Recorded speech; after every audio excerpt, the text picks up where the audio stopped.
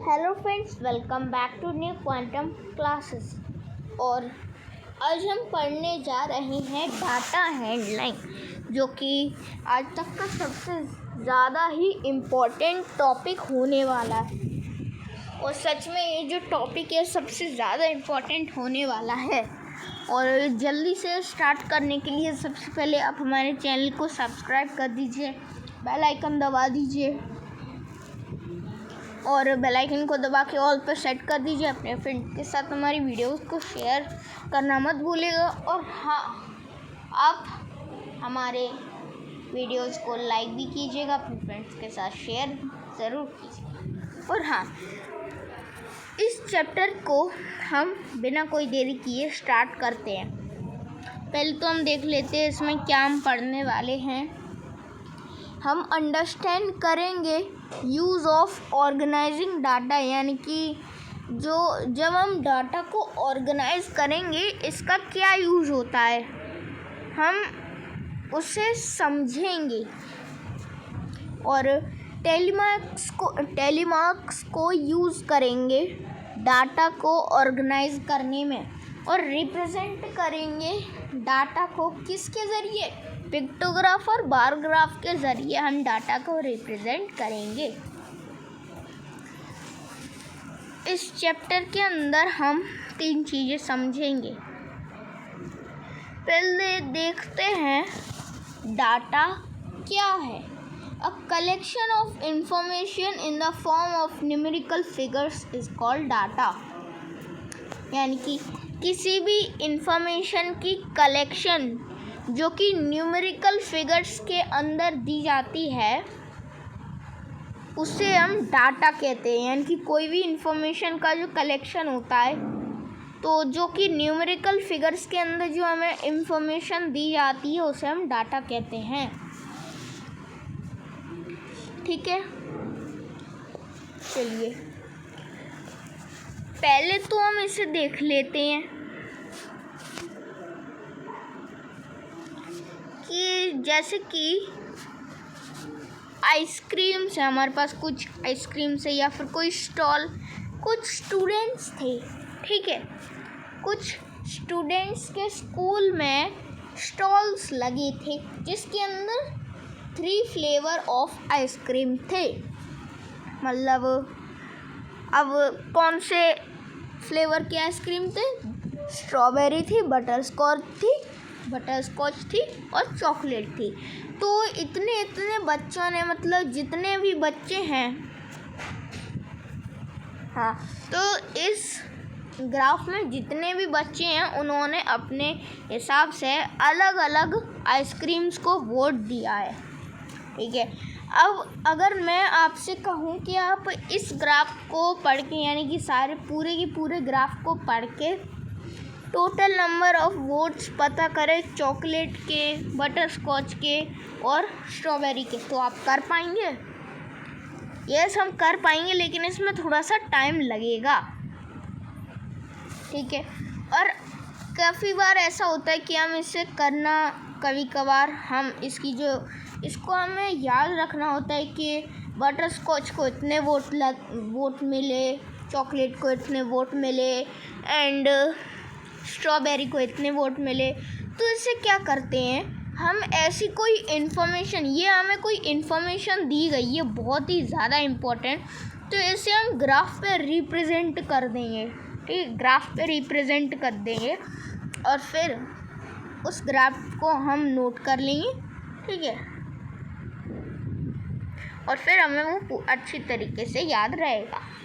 और ये एक फॉर्मूला जैसे कि आप देख सकते हैं, पहले तो आप तीनों फ्लेवर्स के नाम एक साइड लिख लीजिए। एक साइड हमने 3 फ्लेवर्स के नाम लिख लिए और दूसरी साइड हम वोट देंगे उन्हें, यानी कि बटरस्कॉच को कितने वोट मिले। ऑफ कोर्स उसे 6 वोट मिले, तो हम उस पर अपने मन से कोई भी एक चित्र बना सकते हैं। यानी कि हम, चलिए मान लिया इस बुक में टिक दिए रखे 6 टिक हमने लिया, टिक मार्क हमने 6 लगा दिया। फिर आप वोट का वी भी लिख सकते हैं, यानी कि बटरस्कॉच को 6 वोट मिले, इतने लोगों ने 6 स्टूडेंट्स ने बटर स्कॉच के फ्लेवर को लाइक किया और चॉकलेट को 11 लोगों ने लाइक किया और स्ट्रॉबेरी को 7 स्टूडेंट्स ने लाइक किया। तो आप देख सकते हैं यहाँ पे एक ग्राफ दिया रखा है, ठीक है। चलिए अब हमने पता किया, हाँ, तो हमने क्या पता किया है कि इन 3 फ्लेवर्स को इतने वोट मिले हैं, ठीक है। बटर स्कॉच को 6 वोट मिले, चॉकलेट को 11 वोट मिले और स्ट्रॉबेरी को 7 वोट मिले। अब ये बताइए सबसे कम वोट किसको मिले? बटर स्कॉच को। सबसे ज़्यादा वोट किसको मिले? चॉकलेट को। और चॉकलेट से कम वोट किसको मिले? स्ट्रॉबेरी से। पहले तो मैं आपसे कहता हूँ सबसे कम वोट बटर स्कॉच को मिले, उससे ज़्यादा स्ट्रॉबेरी को मिले और फिर सबसे ज़्यादा वोट चॉकलेट को मिले, ठीक है। अब हम हमारे दूसरे पेज पे आ गए हैं। अब हमें दिया रखा है जैसे कि हम मान लेते हैं कि 23 पीपल्स हैं जिन्हें चॉकलेट का फ्लेवर पसंद आया। 23 पीपल्स को चॉकलेट का फ्लेवर पसंद आया है, तो हमें इसे रिकॉर्ड करना है एक ग्राफ के ज़रिए। और फिर हमें कैसे करना है? टेलीमार्क के ज़रिए। टेलीमार्क्स के ज़रिए आपको रिप्रेजेंट करना है। कैसे करेंगे? अब टेलीमार्क होते क्या है पहले हम इसे पता कर लेते हैं। जैसे कि अगर हमें 23 पीपल्स को टेलीमार्क के अंदर लिखना है जिन्हें चॉकलेट का फ्लेवर लाइक करते हैं, तो हम क्या करेंगे? एक टेलीमार्क के एक ग्रुप में 5 टेलीमार्क होते हैं। कैसे? क्योंकि ये जैसे कि मैं एक ग्रुप बना रहा हूँ टेलीमार्क का, कुछ इस तरीके से 4 लाइन्स ड्रॉ कर दी जाती हैं और फिर 4 लाइन के अंदर कुछ इस तरीके से एक लाइन ड्रॉ कर दी जाती है और फिर एक ग्रुप के अंदर हमारे कुल मिलाकर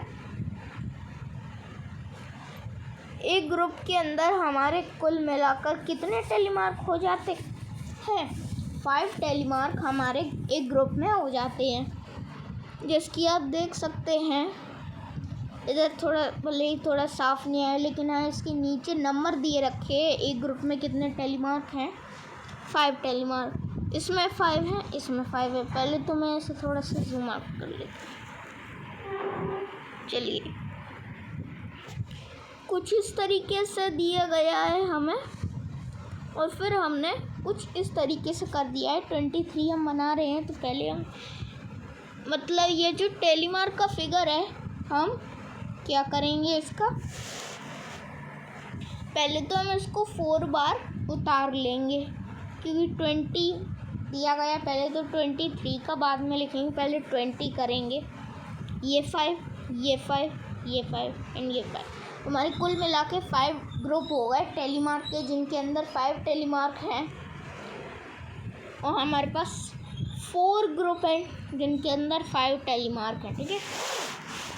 अब हम गिनते हैं ये ग्रुप और ये ग्रुप को मिला के हमारे कितने हो जाते हैं। 2 ग्रुप्स को मिला के हमारे 10 हो गए और फिर इन 2 ग्रुप्स को मिलाकर भी हमारे 10 हो गए और 10 और 10 को जोड़ के हमारे 20 हो गए। और फिर यहाँ पे कुछ 3 टेलीमार्क कुछ इस तरीके से ड्रॉ किए और फिर ये हो गए हमारे 3, ठीक है। तो हमारे हो गए 23 जिसके अंदर हमने टेलीमार्क को बताया गया है।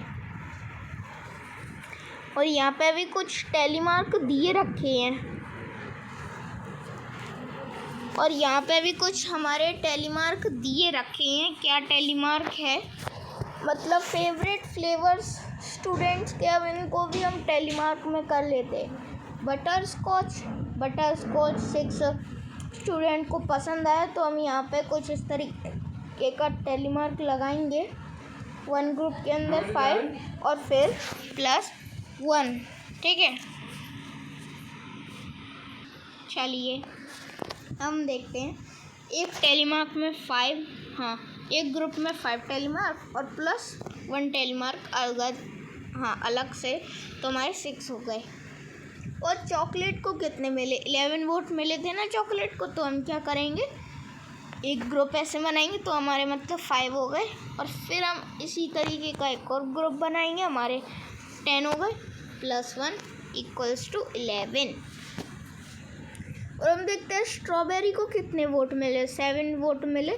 तो इस तरीके का हमें कोई ग्राफ बना के दिया है, मतलब एक टैली मार्क्स बना के दिए हैं हमें, आप खुद ही देख सकते हैं। 5 + 2 = 7। हम देखते हैं पिक्टोग्राफ। ये पिक्टोग्राफ क्या होता है? पहले तो हम यहाँ पे एक ग्राफ दिया गया है न्यूमेरिकल फिगर्स में, हम इसे पढ़ लेते हैं। मतलब आयशा के मतलब कुछ बुक्स दिए रखी हैं, 4 स्टूडेंट्स हैं और इनके अंदर हमें बुक्स को कंपेयर करना है। मतलब आयशा के पास कितने बुक हैं? 25 हैं। एंड आयशा के पास 25 बुक हैं, फराह के पास 20 बुक, राखी के पास 40 बुक्स और सोनी के पास 55 बुक्स दिए हैं। तो हमें पहले तो इसे एक ग्राफ में लिखना है। ये भी एक अच्छा सा ग्राफ दिया गया है, लेकिन ये न्यूमेरिकल फिगर्स का है, इसे हमें पिक्टोग्राफ में कन्वर्ट करना है। अब पिक्टोग्राफ क्या होता है? मतलब कोई ऐसा ग्राफ जिसको हम पिक्चर्स के ज़रिए, मतलब जो पिक्चर्स के जो सिंबल होते हैं उसके ज़रिए रिप्रेजेंट करें उस डाटा के ग्राफ को, उसे हम कहते हैं पिक्टो। चलिए ठीक है, हम देखते हैं ये एक पिक्टोग्राफ दिया रखा है हमें। पहले तो यहाँ पे एक मैसेज दिया गया है, मतलब ये जो एक बुक है, एक बुक का सिंबल हमें बताता है कि उसके पास 10 बुक है। एक बुक से 10 बुक हमें दर्शाता है, यानी कि each book stands for 10 books. ठीक है, 1 बुक 10 बुक्स के लिए स्टैंड की गई है।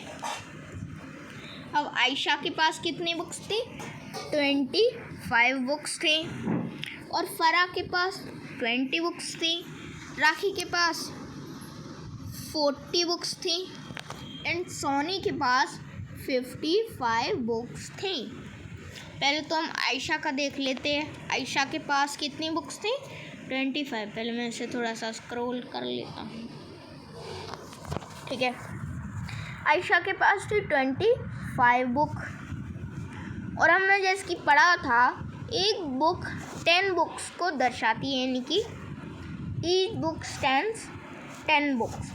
तो जो हमारी 2 बुक हैं वो 20 बुक को दर्शाती हैं। और जो आधी बुक है, मतलब जैसे कि आप देख लीजिए, हमारी 1 बुक स्टैंड्स ईच बुक, यानी कि एक बुक 10 बुक को दर्शाती है, तो आधी बुक कितनी बुक्स को दर्शाती है? 5 बुक्स के बराबर होगी हमारी हाफ बुक। और फराह के पास तो मतलब हमारा 25 हो गया, इन दोनों को मिलाकर 20 एंड इसको मिलाकर 25 एंड इनको मिला के हमारी 20 हो गई। ठीक है, और ये 4 बुक्स को मिला के हमारे हो गए 40। ठीक है, 40 हो गए राखी के पास और सोनी के पास 55 कैसे हुए?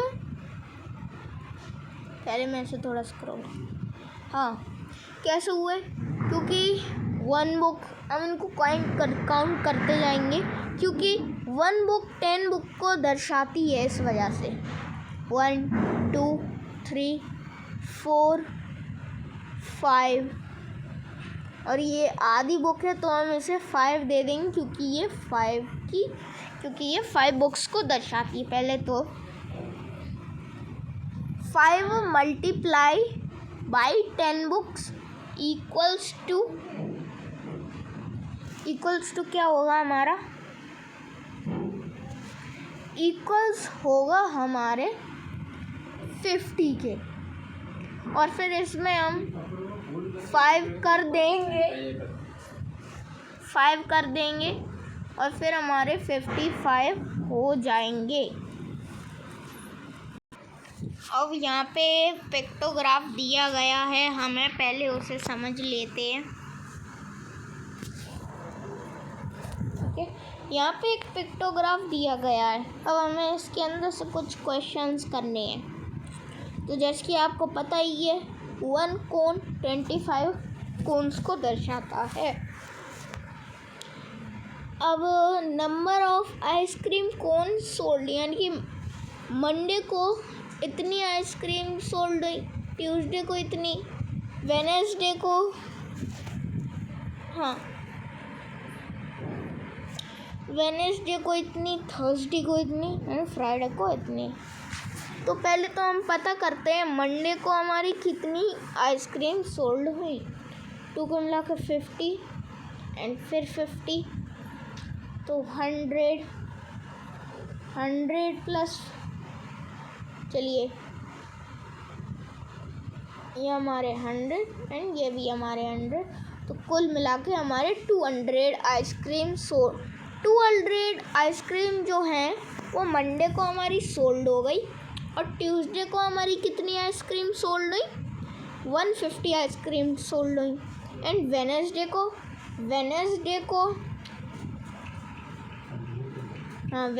को हमारी कितनी आइसक्रीम सोल्ड हुई? हमारी वेडनेसडे को सोल्ड हुई 100 आइसक्रीम। ठीक है, चलिए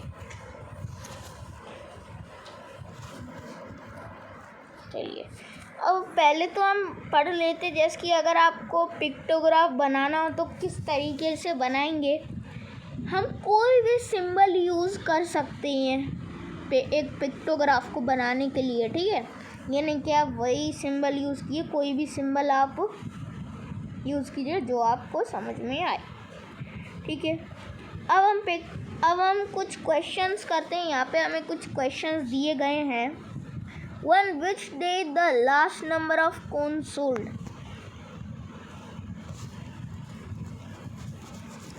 मतलब कौन से डे को बहुत कम सोल्ड हुई आइसक्रीम्स? ऑफ कोर्स वेडनेसडे को कितनी सोल्ड हुई थी? हमारी वेडनेसडे को सोल्ड हुई थी। ठीक है, और हाउ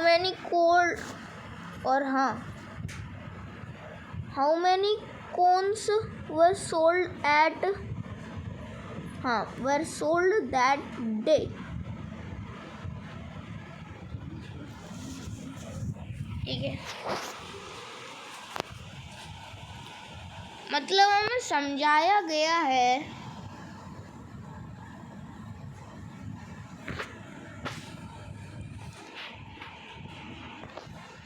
चलिए ठीक है, तो इसका आंसर हमारा 100 हो जाएगा। अब 3 पे आते हैं। वाई इज़ अ कोन, मतलब ये कोन दी गई, why is the cone as useful symbol for this graph? क्योंकि एक कोन जो है, एक कोन 25 कोन्स को इसलिए दर्शाती है क्योंकि वो बहुत ही ज़्यादा, अगर हमारी कोन नहीं होगी तो हम डाटा को रिप्रेजेंट नहीं कर पाएंगे। इसी वजह से ये जो कोन का जो ग्राफ है वो, कोन जो है वो यूज़फुल है ग्राफ के लिए। ठीक है, the pictograph will show the same information as the same graph above. चलिए देखते हैं। ये पहले तो हमारे कुछ क्वेश्चंस क्लियर हो गए हैं और ये हमारे पिक्टोग्राफ के कुछ बहुत ही इम्पोर्टेंट क्वेश्चंस आपको समझ आ गए हैं और आपको पिक्टोग्राफ का करना भी समझ में आ गया होगा इस वीडियो में। और अगली वीडियो में हम बार ग्राफ को करना समझेंगे। अब बार ग्राफ कैसे की जाती है तो अगली वीडियो में हम उसी के बारे में चर्चा करेंगे। ठीक है, तो फ्रेंड्स अगली वीडियो में मिलते हैं। और हाँ, आप हमारे चैनल को भी सब्सक्राइब कर दीजिए, बेल आइकन को ज़रूर दबा दीजिए और हमारी वीडियो को भी लाइक कीजिए, अपने फ्रेंड्स के साथ शेयर ज़रूर कीजिएगा। हाँ, और इस वीडियो में मैंने आपको पिक्टोग्राफ तक समझा दिया है। अगली वीडियो में मैं आपको बार ग्राफ के बारे में समझाऊँगा। तो फ्रेंड्स मिलते हैं नेक्स्ट वीडियो में, तब तक के लिए bye bye, have a nice day.